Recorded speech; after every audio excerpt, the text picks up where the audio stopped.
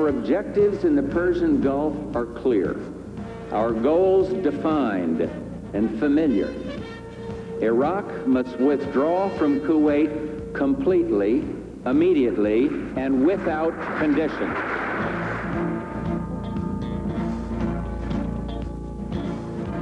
As I report to you, air attacks are underway against military targets in Iraq.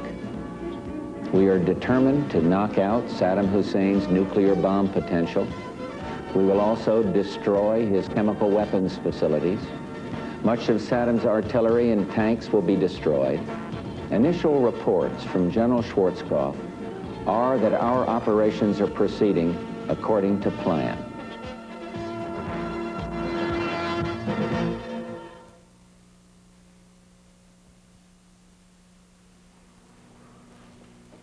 Good evening, ladies and gentlemen. Thank you for being here. I promised some of you all a few days ago that as soon as the opportunity presented itself, I would give you a complete rundown on what we were doing and, more importantly, why we were doing it, the strategy behind what we were doing.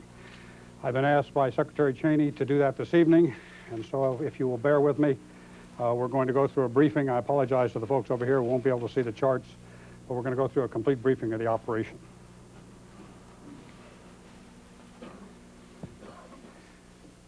This goes back to 7 August to 17 January. As you recall, we started our deployment on the 7th of August. Basically, what we started out against was a couple of 100,000 Iraqis that were in the Kuwait theater of operation. I don't have to remind you all that we brought over initially defensive forces in the form of the 101st, the 82nd, the 24th Mechanized Infantry Division, the 3rd Armored Cavalry, and in essence we had them arrayed to the south behind the Saudi task force. Also, there were Arab forces over here in this area arrayed in defensive positions, and that in essence is the way we started. In the middle of November, the decision was made to increase the force because by that time huge numbers of Iraqi forces had flowed into the area and generally in the disposition as they're shown right here, and therefore we increased the forces and built up more forces. I would tell you that at this time we made a very deliberate decision to align all of those forces within the boundary looking north towards Kuwait, this being King Khalid Military City over here. So we aligned those forces so it very much looked like they were all aligned directly on the Iraqi positions. We also at that time had a very active naval presence out in the Gulf, and we made sure that everybody understood about that naval presence. One of the reasons why we did that is because it became very apparent to us early on that the Iraqis were quite concerned about an amphibious operation across the shores to liberate Kuwait, this being Kuwait City. They put a very, very heavy barrier of infantry along here, and they proceeded to build an extensive barrier that went all the way across the border, down and around and up the side of Kuwait. Basically, the problem we were faced with was this. When you looked at the troop numbers, they really outnumbered us about 3 to 2.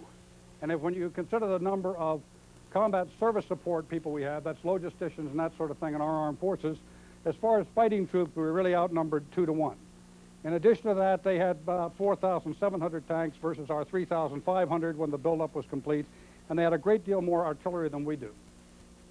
I think any student of military strategy would tell you that in order to attack a position, you should have a ratio of approximately 3 to 1 in favor of the attacker. And in order to attack a position that is heavily dug in and barricaded, such as the one we had here, you should have a ratio of 5 to 1 in the way of troops in favor of the attacker. So you can see basically what our problem was at that time.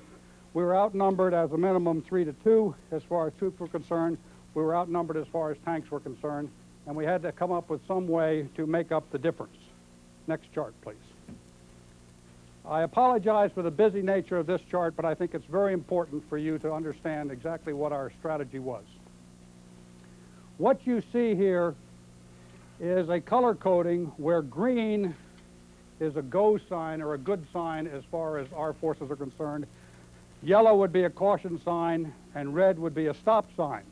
Green represents units that have been attrited below 50% strength. The yellow are units that are between 50 and 75% strength, and of course the red are units that are over 75% strength.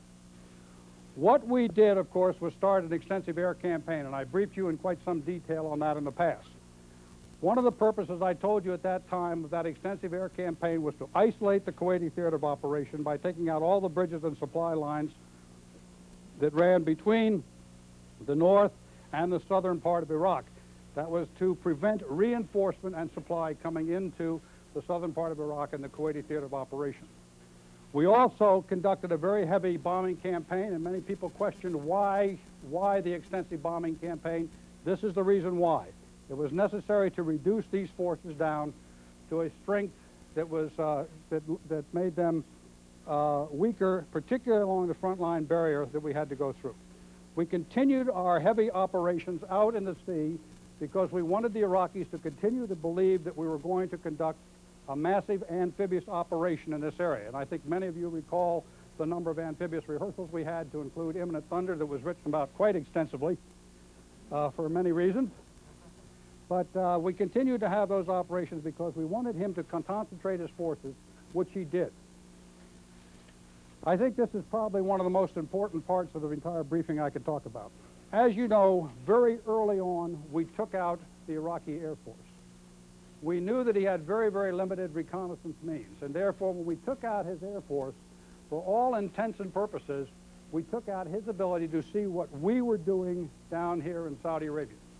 Once we had taken out his eyes, we did what could best be described as the Hail Mary play in football. I think you recall when the quarterback is desperate for a touchdown at the very end, what he does is he steps up behind the center, and all of a sudden every single one of his receivers goes way out to one flank, and they all run down the field as fast as they possibly can and into the end zone, and he lobs the ball. In essence, that's what we did. When we knew that he couldn't see us anymore, we did a massive movement of troops all the way out to the west, to the extreme west, because at that time we knew that he was still fixed in this area with the vast majority of his forces, and once the air campaign started, he would be incapable of moving out to counter this move, even if he knew we made it. There were some addition of troops out in this area, but they did not have the capability nor the time to put in the barrier that had been described by Saddam Hussein as an absolutely impenetrable tank barrier that no one would ever get through. I believe those were his words. So this was absolutely an extraordinary move, I must tell you. I can't recall any time in the annals of military history when this number of forces have moved over this distance to put themselves in a position to be able to attack. But what's more important, and I think it's very, very important that I make this a point, and that's these logistics bases. Not only did we move the troops out there, but we literally moved thousands and thousands of tons of fuel, of ammunition, of spare parts, of water, and of food out here into this area, because we wanted to have enough supplies on hand so that if we launched this and we got into a slugfest battle, which we very easily could have gotten into, we'd have enough supplies to last for 60 days. It was an absolutely gigantic accomplishment, and I can't give credit enough to the logisticians and the transporters who were able to pull this off, to the superb support we had from the Saudi government, the literally thousands and thousands of drivers, really of every national origin, who helped us in this move out here.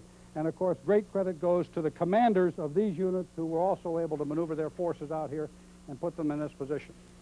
But as a result, by the 23rd of February, what you found is this situation.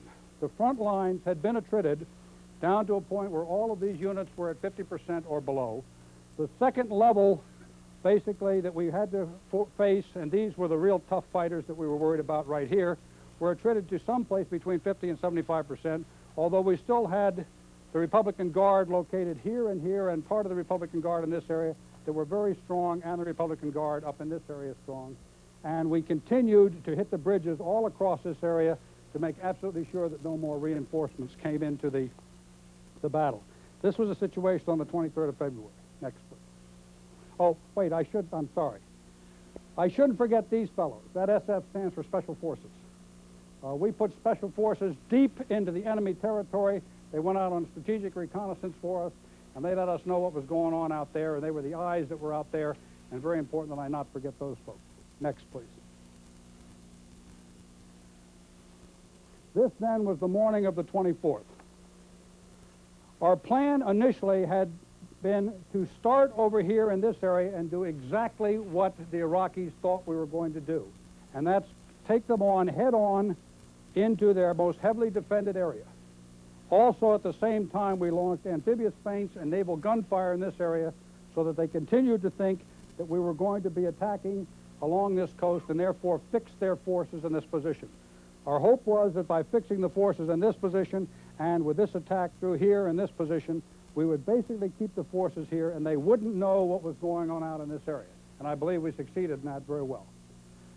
At 4 o'clock in the morning, the Marines, the 1st Marine Division and the 2nd Marine Division, launched attacks through the barrier system.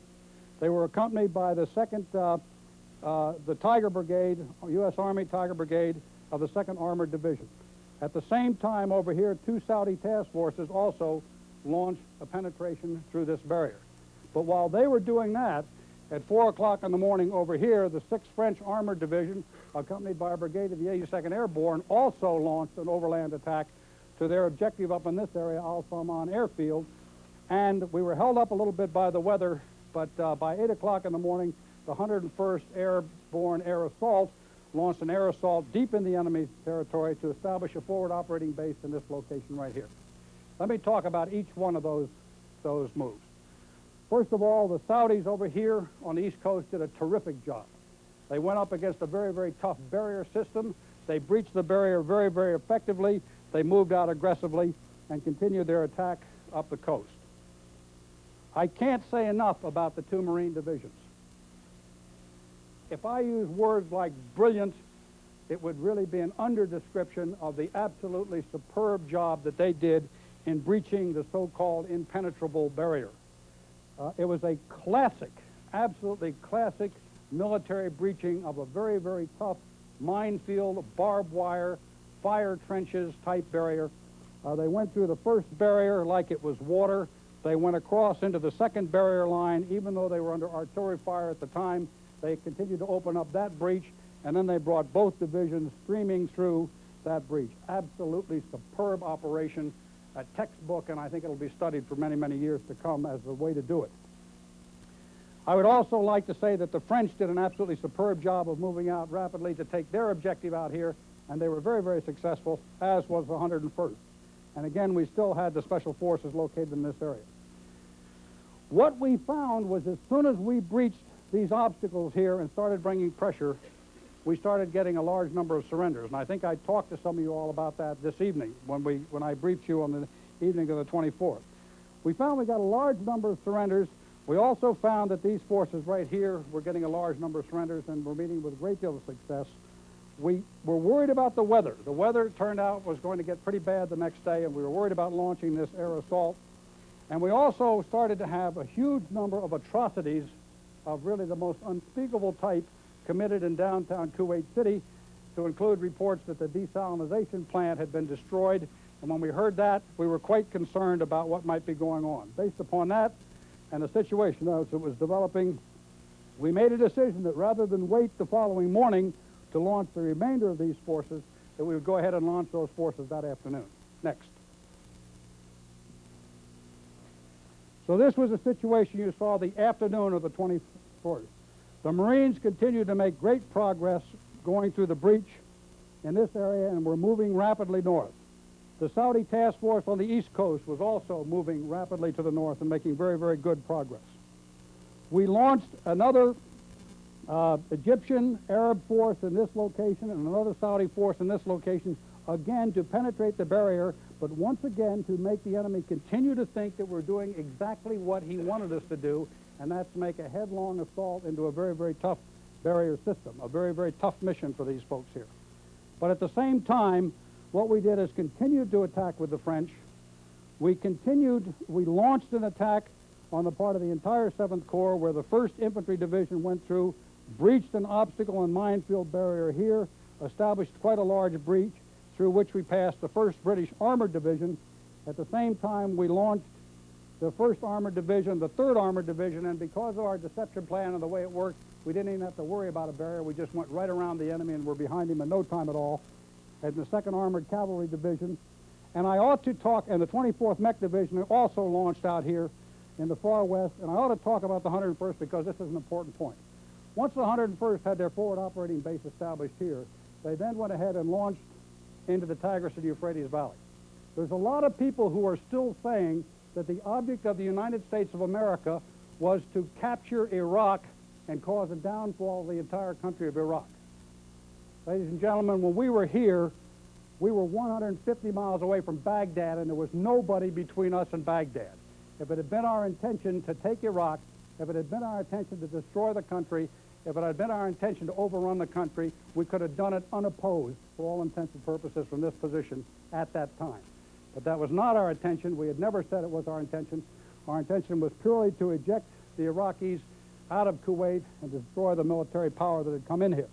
So this was the situation at the end of February the 24th in the afternoon. Next, please. The next 2 days went exactly like we thought they would go. The Saudis continued to make great progress up on the eastern flank, keeping the pressure off the Marines on the flank here. The Special Forces went out and started operating small boat operations out in this area to help clear mines, but also to threaten the flanks here and to continue to make them think that we were, in fact, going to conduct amphibious operations. The Saudi forces that came in and took and Arab forces that came in and took these two initial objectives turned to come in on the flank heading towards Kuwait City, located right in this area here. The British UK passed through and continued to attack up this flank, and of course the 7th Corps came in and attacked in this direction, as shown here. The 24th Infantry Division made an unbelievable move all the way across into the Tigris and Euphrates Valley and proceeded in blocking this avenue of egress out, which was the only avenue of egress left because we continued to make sure that the bridges stayed down.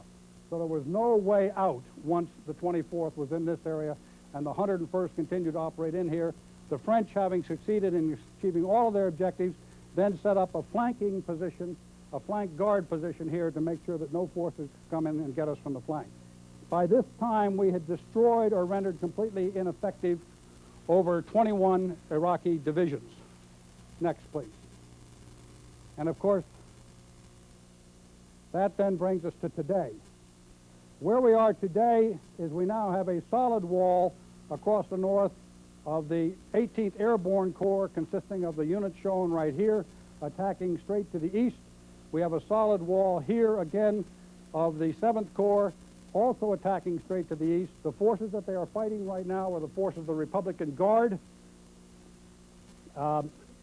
Again, today we had a very significant day when the Arab forces coming from both the west and the east closed in and moved into Kuwait City, where they are now in the process of clearing Kuwait City entirely and assuring that it's absolutely secure. The 1st Marine Division continues to hold Kuwaiti International Airport. The 2nd Marine Division continues to be in a position where it blocks any egress out of the city of Kuwait so no one can leave. To date, we have destroyed over 29, destroyed or rendered inoperable. I don't like to say destroyed because that gives you the visions of absolutely killing everyone, and that's not what we're doing. But we have rendered completely ineffective over 29 Iraqi divisions, and the gates are closed. There is no way out of here. There is no way out of here, and the enemy is fighting us in this location right here. We continue, of course, to have overwhelming air power. The air has done a terrific job from start to finish in supporting the ground forces, and we also have had great support from the Navy, both in the form of naval gunfire and in the support of carrier air. That's the situation at the present time. Next, please.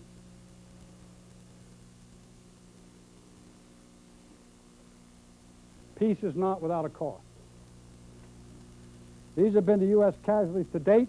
As you can see, these were the casualties that we had in the air war.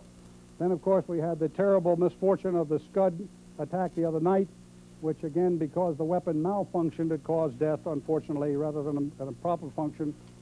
And then, of course, these are the casualties in the ground war to death, the total being as shown here. Next.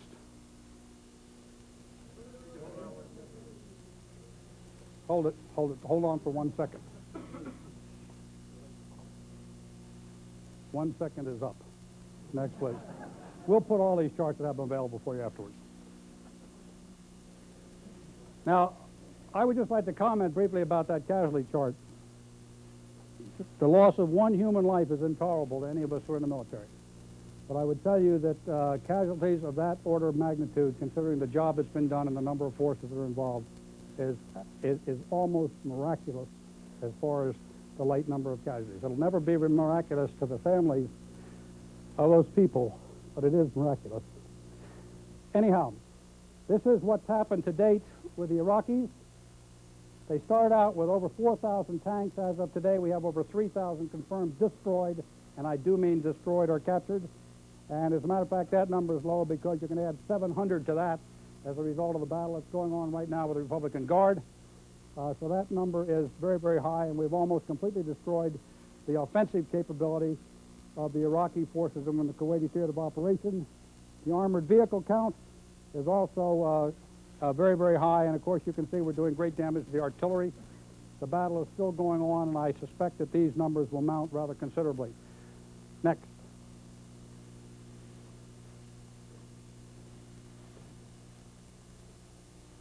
I wish I could give you a better number on this, to be very honest with you. This is just a wild guess. It's an estimate that was sent to us by the field today at noontime, but the prisoners out there are so heavy and so extensive, and obviously we're not in the business of going around counting noses at this time to determine precisely exactly what the exact number is. But we're very, very confident that we have well over 50,000 prisoners of war at this time, and that number is mounting on a continuing basis. I would remind you that the war is continuing to go on. Even as we speak right now, there's fighting going on out there. Even as we speak right now, there are incredible acts of bravery going on. This afternoon, we had an F-16 pilot shot down. We had contact with him. He had a broken leg on the ground. 2 helicopters from the 101st, they didn't have to do it, but they went in to try and pull that pilot out. One of them was shot down, and we're still in the process of working through that. But that's the kind of thing that's going on out on that battlefield right now. It is not a Nintendo game. It is a tough battlefield where people are risking their lives at all time, and they're great heroes out there, and we ought to all be very, very proud of them. That's the campaign to date. That's the strategy to date, and I'd now be very happy to take any questions anyone might have. Yes, sir. I want to go back to the air war. The chart you showed there with the attrition rates of the various forces was almost the exact reverse of what most of us thought was happening. It showed the frontline troops attrited to 75% or more, and the Republican Guards, which a lot of public focuses on when we were covering the air war, attrited at less than 75. Why is that? I mean, how did it come to pass? Put that chart up again, Roger, will you please? Let me tell you how we did this. We started off, of course, against the strategic targets. I briefed you on that before. At the same time, we were hitting the Republican Guard. But the Republican Guard, you must remember, is a mechanized armor force for the most part that is very, very well dug in and very, very well spread out. So in initial stages of the game, we were hitting the Republican Guard heavily, but we were hitting them with strategic-type bombers rather than pinpoint precision bombers. For lack of a better word, what happened is the air campaign shifted from the strategic phase into the theater, and we knew all along that this was the important area. The nightmare scenario for all of us would have been to go through, get hung up in this breach right here, and then have the enemy artillery rain chemical weapons down on troops that were in a gaggle in the breach right there. That was the nightmare scenario. So one of the things that we felt we must have established is an absolute as much destruction as we could possibly get of the artillery, the direct support artillery that would be firing on that wire. That's why we shifted it in the very latter days. We absolutely punished this area very heavily because that was the first challenge. Once we got through this and we're moving, then it's a different war. Then we're fighting our kind of war. Before we get through that, we're fighting their kind of war, and that's what we didn't want to have to do. At the same time, we continued to attrit the Republican Guard, and that's why I would tell you that again, the figures that we're giving you are conservative. They always have been conservative, but we promised you at the outset we weren't going to give you anything inflated. We were going to give you the best we had. Yes, sir. Right. You seem to have about, he seems to have about 500 or 600 tanks left out of more than 4,000 as just an example. I wonder if in an overview, despite these enormously illustrative pictures, you could say what's left of the Iraqi army in terms of how long could it be before he could ever be a regional threat or a threat to the region again? Well, there's not enough left of it at all for him to be a regional threat to the region, offensive regional threat. As you know, he's got a very large army, but most of the army that is left north of the Tigris-Euphrates Valley is an infantry army. It's not an armored army. It's not an armor-heavy army, which means it really isn't an offensive army. So it doesn't have enough left unless someone chooses to rearm them in the future. You said you've got all these divisions along the border which were seriously attrited. It figures to be about 200,000 troops, maybe, that were there. You've got 50,000 prisoners. Where's the rest of them? There was a very, very large number of dead in these units, a very, very large number of dead. We even found them when we went into the units ourselves and found them in the trench lines. There were very heavy desertions. At one point, we had reports of desertion rates of more than 30% of the units that were along the front here. As you know, we had quite a large number of POWs that came across, and so I think it's a combination of desertions. There's a combination of people that were killed. There's a combination of the people that we've captured, and there's a combination of some other people who are just flat still running. Yes, sir. It seems that you've done so much that the job is effectively done. Can I ask you, what do you think really needs more to be done? Because his forces are, if not destroyed, certainly no longer capable of posing a threat to the region. They seem to want to go home. What more has to be done? Put the last chart up, please. The last arrow, the large arrow.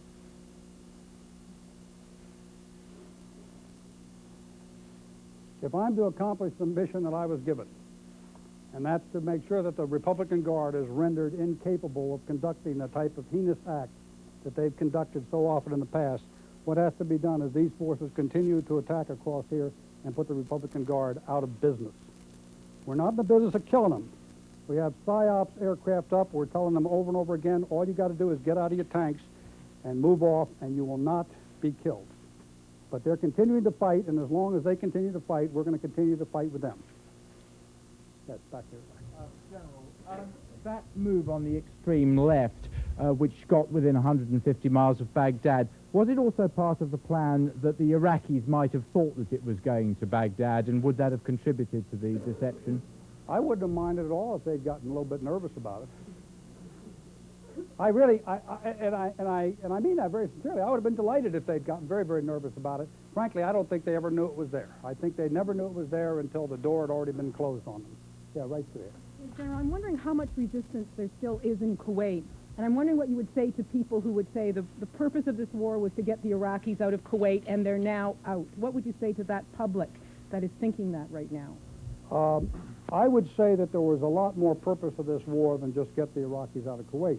The purpose of this war was to enforce the resolutions of the United Nations. There are some 12 different resolutions of the United Nations, not all of which have been accepted by Iraq to date, as I understand it. Okay? But I got to tell you that in the business of the military, of a military commander, my job is not to go ahead and at some point say, well, that's great, they just now pulled out of Kuwait. Even though they're still shooting at us, they're moving backwards, and therefore I've accomplished my mission. That's not the way you fight it, and that's not the way I would ever fight it. Back in the back, please. Yeah, so you talked about heavy press coverage of imminent thunder early on and how it helped fool the Iraqis into thinking that it was a serious operation. I wondered if you could talk about other ways in which the press contributed to the campaign. I don't want to. I would rather not. First of all, I don't want to characterize imminent thunder as being only a deception, because it wasn't. We had every intention of conducting amphibious operations if they were necessary, and that was a very, very real rehearsal, as were the other rehearsals. I guess the one thing I would say to the press that I was delighted with is in the very, very early stages of this operation, when we were over here building up and we didn't have very much on the ground, you all were giving us the credit for a whole lot more over here. And as a result, that gave me quite a feeling of confidence that we might not be attacked quite as quickly as I thought we were going to be attacked. Over here, yes, sir. General, what kind of fight is going on with the Republican Guard? And is there any more fighting going on in Kuwait, or is Kuwait essentially out of the action? No. The type of fight that's going on with the Republican Guard right now is just a classic tank battle. You've got fire and maneuver. You've got they are continuing to fight and shoot at us as our forces move forward, and our forces are in the business of outflanking them, taking them from the rear, using our attack helicopters, using our advanced technology. I would tell you that one of the things that has prevailed, particularly in this battle out here, is our technology. We had great weather for the air war, but right now and for the last 3 days, it's been raining out there, it's been dusty out there, there's black smoke and haze in the air, It's an infantryman's weather. God loves the infantryman, and that's just the kind of weather the infantryman likes to fight in.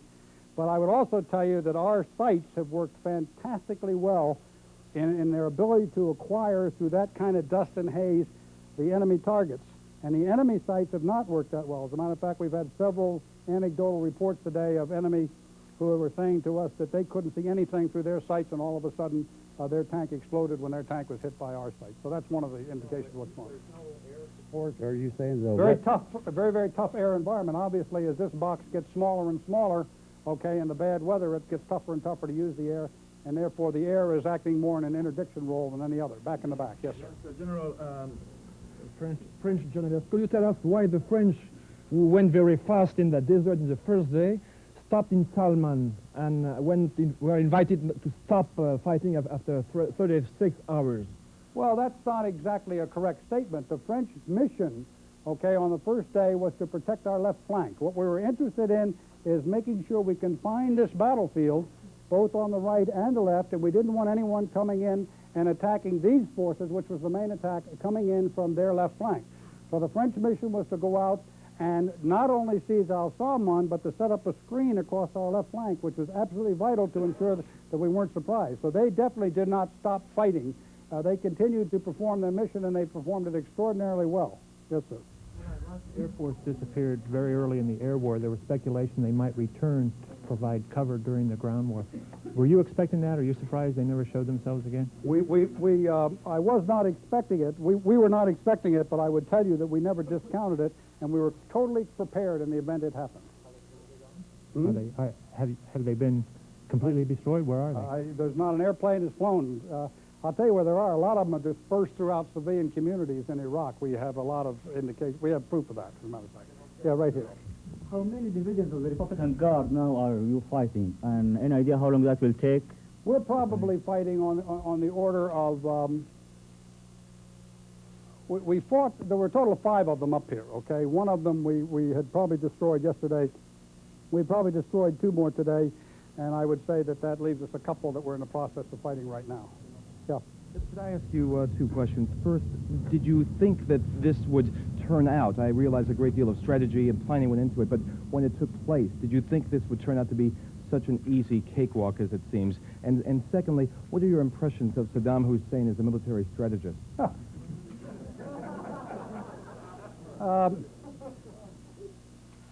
First of all, if we thought it would have been such an easy fight, we definitely would not have stocked 60 days worth of supplies on these log bases. So, as I told you all for a very, very long time, it is very, very important for a military commander never to assume away the capabilities of his enemy. And when you're facing an enemy that is over 500,000 strong, has the reputation that they've had of fighting for 8 years, being combat-hardened veterans, had the number of tanks and the type of equipment they had, you don't assume away anything. So we certainly did not expect it to go this way. As far as Saddam Hussein being a great military strategist, he is neither a strategist, nor is he schooled in the operational art, nor is he a tactician, nor is he a general, nor is he as a soldier. Other than that, he's a great military man. I want you to know that. Back here.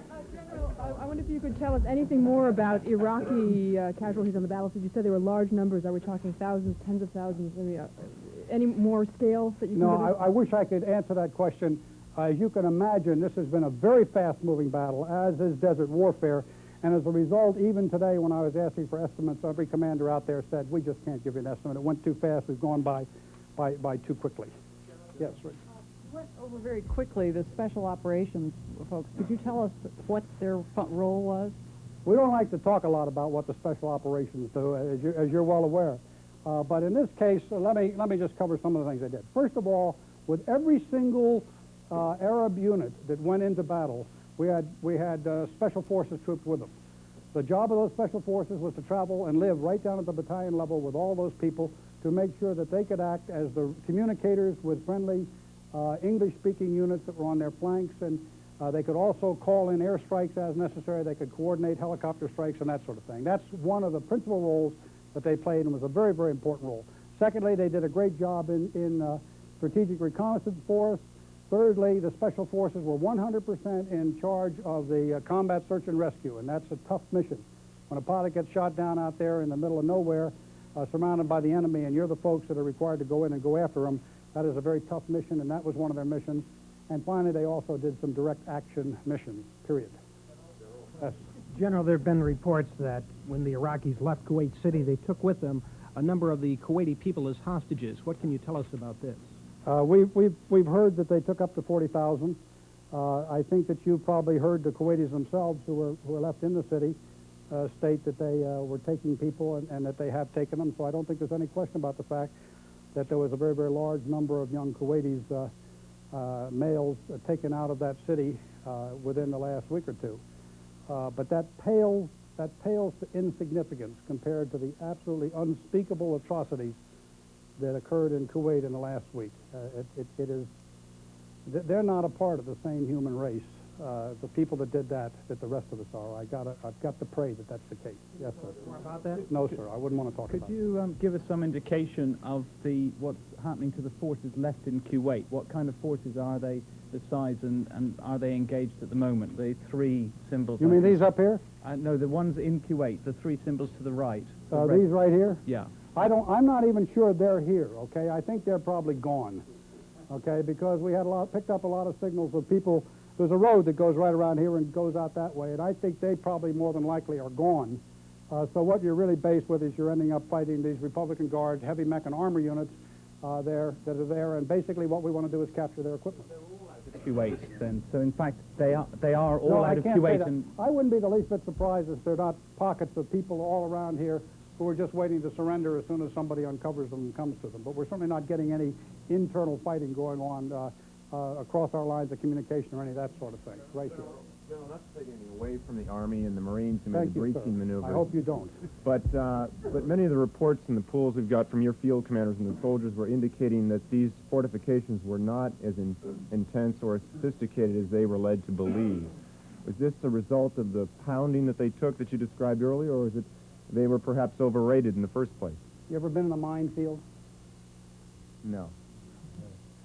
All there's got to be is one mine, and that's intense. There were plenty of mines out there. There were plenty of barbed wire. There were fire trenches that most of which we set off ahead of time, but there were still some that were out there. The Egyptian forces had to go through fire trenches. There were a lot of booby traps, a lot of barbed wire. Not a fun place to be. I got to tell you that probably one of the toughest things that anyone ever has to do is to go up there and walk into something like that and go through it, and consider that while you're going through it and clearing it, at the same time you're probably under fire by the enemy artillery. That's all I can say. Was it less severe than you had even expected? I mean, were you expecting even worse? It was less severe than we expected, but one of the things I attribute that to is the fact that we went through extensive measures to try and make it less severe. Okay, and we really did. I didn't mean to be facetious with my answer. I just got to tell you that is a very tough mission for any person to do, particularly in a minefield. Yes, sir. General, is the Republican Guard your only remaining military objective in Iraq? And I gather there have been some heavy engagements. How would you rate this army you faced from the Republican Guard on down?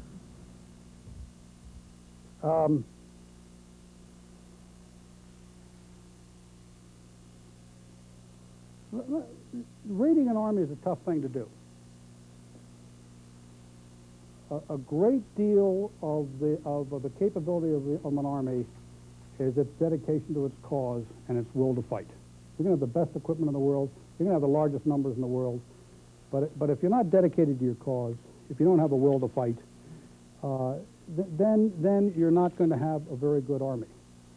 One of the things that we learned right prior to the initiation of the campaign that, of course, contributed, as a matter of fact, to the timing of the ground campaign, is that so many people were deserting, and I think you've heard this, that the Iraqis brought down execution squads whose job was to shoot people, okay, in the front lines. I got to tell you what, a soldier doesn't fight very hard for a leader who is going to shoot him, okay, on his own whim. That's not what military leadership is all about. And so I attribute a great deal of the failure of the Iraqi army to fight to their own leadership. They committed them to a cause that they did not believe in. They all are saying that they didn't want to be there. They didn't want to fight their fellow Arab. They were lied to. They were deceived, and when they went into Kuwait, they didn't believe in the cause. And then after they got there, they had a leadership that was so uncaring for them, okay, that they didn't properly feed them, they didn't properly give them water, and in the end, they kept them there only at the point of a gun. So I can't, now the Republican Guard is entirely different. The Republican Guard are the ones that went into Kuwait in the first place. They get paid more, they get treated better, and oh, by the way, they also were well to the rear here, okay? So they could be the first ones to bug out, okay, when the battlefield started folding, while these poor fellows up here who didn't want to be here in the first place bore the brunt of the attack. But it didn't happen. Yes, could you tell us something about the British involvement and perhaps comment on today's report of 10 dead through friendly fire? Yeah. The British, I've got to tell you, have been absolutely superb members of this coalition from the outset. I have a great deal of admiration and respect for all the British that are out there, and particularly General Sir Peter de la Billière, who is not only a great general, but he's also become a very close personal friend of mine. They played a very, very key role in the movement of the main attack.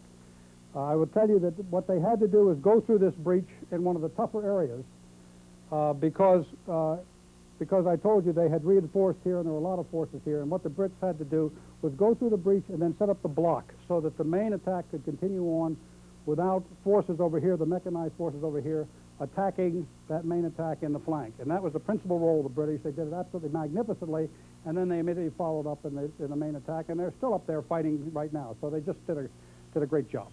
Yeah, right here. These 40,000 Kuwaiti hostages taken by the Iraqis, where are they right now? That's quite a few people. Are they in the line of fire? Do we know where they are? No. We were told, and again, and this is, a lot of this is anecdotal, okay? We were told that they were taken back to Basra. We were also told that some of them were taken all the way back to Baghdad. We were told 100 different reasons why they were taken. Number one, to be a bargaining chip if the time came when bargaining chips were needed. Another one was for retribution because, of course, at that time Iraq was saying that these people were not Kuwaitis, these were citizens of Iraq, and therefore they could do anything they wanted to with them.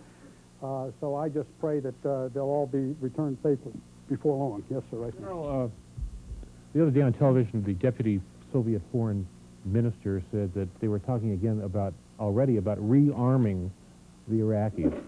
And there's some indication that the United States as well believes that Iraq needs to have a certain amount of armament to retain a balance of power.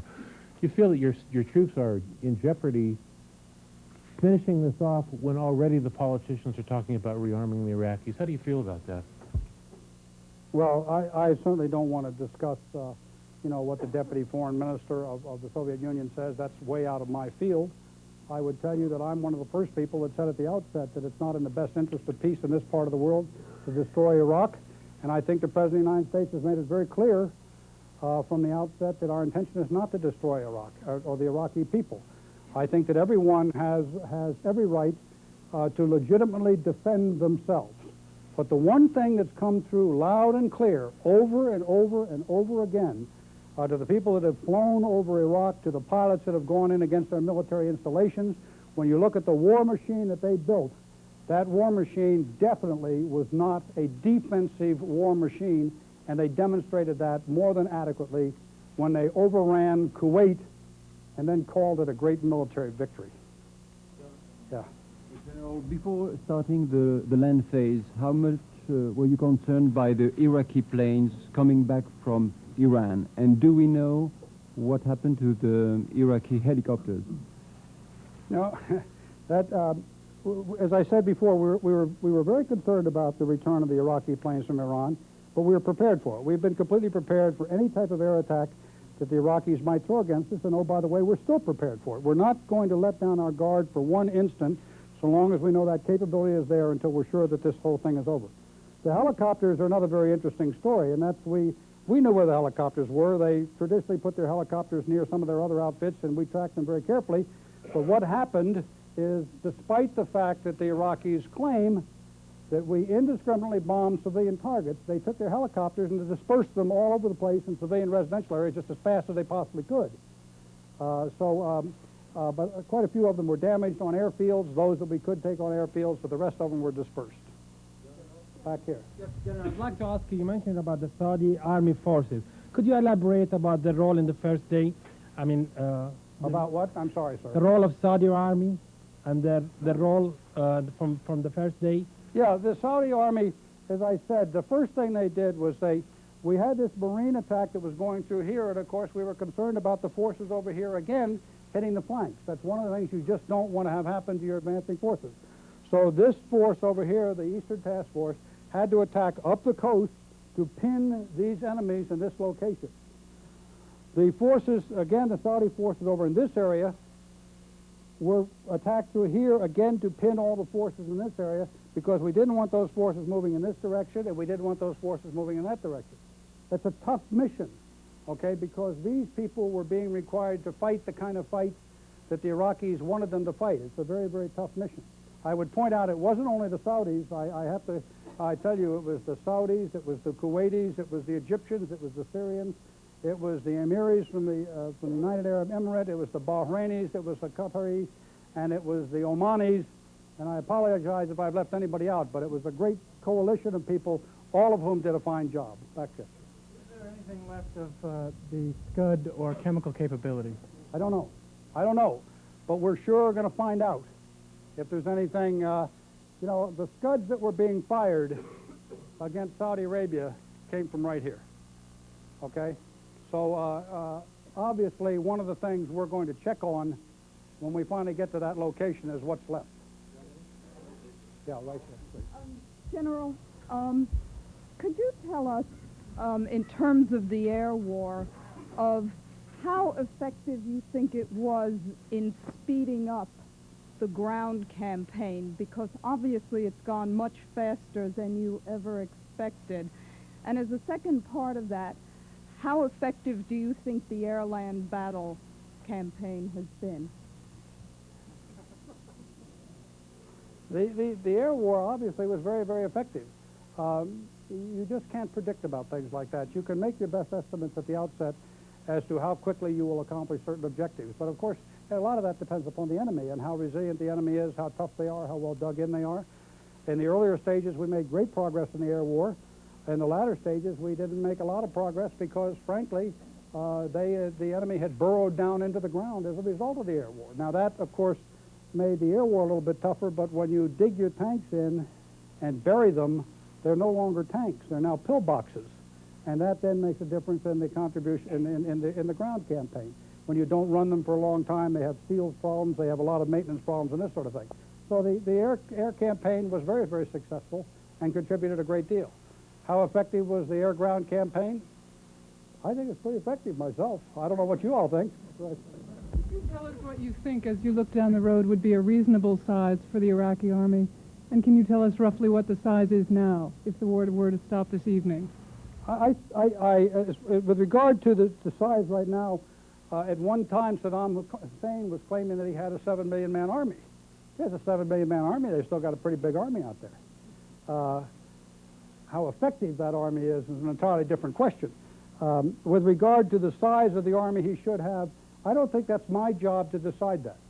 I think that there's an awful lot of people that live in this part of the world, and I would hope that that is a decision that's arrived at mutually by all the people in this part of the world to contribute to peace and stability in this part of the world. I think that that's the best answer I can give right there. I'm sorry, I'll get you all in a minute. Yeah. You said the gate was closed.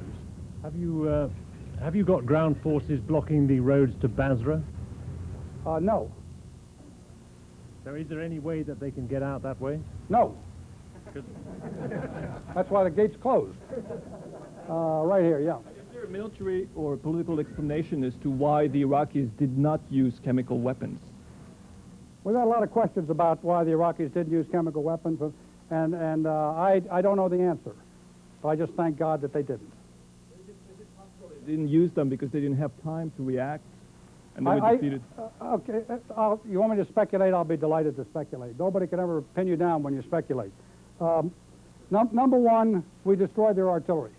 We went after their artillery big time. They had major desertions in their artillery, and the artillery that would have been, and that's how they would have delivered their chemical weapons, either that or by air, and we all know what happened to the air. So we went after their artillery big time, and I think we were probably highly, highly effective in going after their artillery. There's other people who are speculating that the reason why they didn't use chemical weapons is because they're afraid that if they use chemical weapons, there'd be nuclear retaliation. There's other people that speculate that they didn't use their chemical weapons because their chemical weapons degraded, and because of the damage that we did to their chemical production facilities, they were unable to upgrade the chemicals within their weapons as a result of that degradation. That was one of the reasons, among others, why we went after their chemical production facilities early on in the strategic campaign.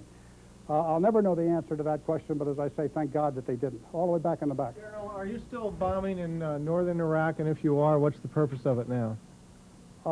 Yes. I'm sorry. What's being achieved now? Military purposes that exactly the same things we were trying to achieve before. Okay, the war is not over, and you've got to remember people are still dying out there, okay, and those people that are dying are my troops, and I'm going to continue to protect those troops in every way I possibly can until the war is over. Yes, sir, right here. How soon after you've finally beaten those Republican guards and the other forces who threaten you, will you move your troops out of Iraq, either into Kuwait or back into Saudi? That's not my decision to make. Could we be, General, what are you doing to try and bring to justice the people responsible for the atrocities in Kuwait City? And also, could you comment on the friendly fire incident in which 9 Britons were killed? Yeah, I'm sorry, that was asked earlier and I failed to do that.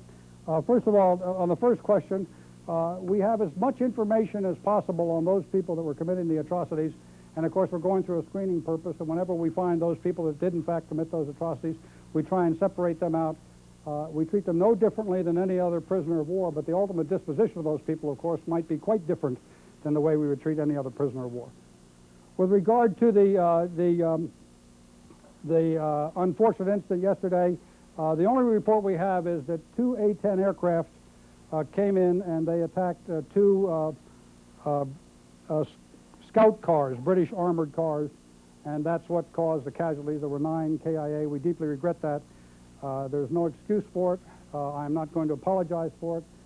I am going to say that that our experience has been that based upon the extremely complicated number of different maneuvers that were being accomplished out here, according to the extreme diversity of the number of forces that were out here, according to the extreme differences in languages of the forces that are out here, and the weather conditions and everything else, I feel that we were quite lucky that we did not have more of this type of incident.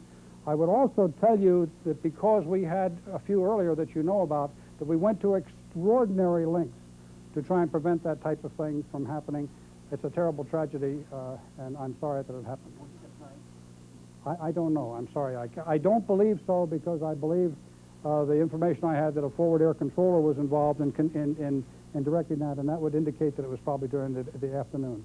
But it was when there was a very, very close combat going on out there in that area. Yeah. In the United Nations General Assembly is talking about peace, and as a military man, do you look at your challenge and you're going to get some satisfaction out of having achieved it? Is there some fear on your part that there will be a ceasefire that will keep you from fulfilling the assignment that you have? Is your assignment as a military man, separate from the political goals of the... Do I fear a ceasefire? Do you fear that you will not be able to accomplish your ends, that there will be some political pressure brought on the campaign? I think I've made it very clear to everybody that I'd just as soon the war had never started, and I'd just as soon never have lost a single life out there. That was not our choice. We've accomplished our mission, and when the decision makers come to the decision that there should be a ceasefire, nobody will be happier than me. All the way back in the back. We'll take a couple more questions and I have to go. General, we were told today that an A-10 returning from a mission discovered and destroyed 16 Scuds. Is that a fact, and where were they located? Most of those Scuds were located in western Iraq. I would tell you that we went into this with some intelligence estimates that I think I have since come to believe were either grossly inaccurate or our pilots are lying through their teeth, and I choose to think the former rather than the latter, particularly since many of the pilots have backed up what they've been saying by film and that sort of thing. But we went in with a very, very low number of these mobile erector launchers that we thought the enemy had However, at one point we had a report that they may have had 10 times as many. I would tell you, though, that last night the pilots had a very, very successful afternoon and night as far as the mobile record launchers, most of them in western Iraq, which would have been used against Israel. One question here? Yes, sir. General, you've said many times in the past that you do not like body counts. You've also told us tonight that the enemy casualties were very, very large. I'm wondering, with the coalition forces already burying the dead on the battlefield, will there ever be any sort of accounting or head counts made or anything like that? I don't think there's ever in the history of warfare been a successful count of dead. And one of the reasons is for the reason you say, and that's because it's necessary to lay those people to rest for a lot of reasons, and that happens. So I would say that no, there will never be an exact count. You know, but probably in the days to come, you're going to hear many, many stories, either overinflated or underinflated, depending upon who you hear them from. The people who will know best, unfortunately, are the families that won't see their loved ones come home. One more question right here. Yes, sir. If the gate is indeed closed, as you've said several times, and the theories about where these Kuwaiti hostages are, perhaps Basra, perhaps Baghdad, where could they be? And a quick second question, was the timing for the start of the ground campaign a purely military choice, or it was a military choice with political influence on the final choice of date? That's right. When I say the gate is closed, I don't want to give you the impression that absolutely nothing is escaping. Quite the contrary, what isn't escaping is heavy tanks, what isn't escaping is artillery pieces, what isn't escaping is that sort of thing. That doesn't mean that civilian vehicles aren't escaping. That doesn't mean that innocent civilians aren't escaping. That doesn't mean that unarmed Iraqis aren't escaping. And that's not the gate I'm talking about. I'm talking about the gate that is closed on the war machine that is out there. Now, your other question was?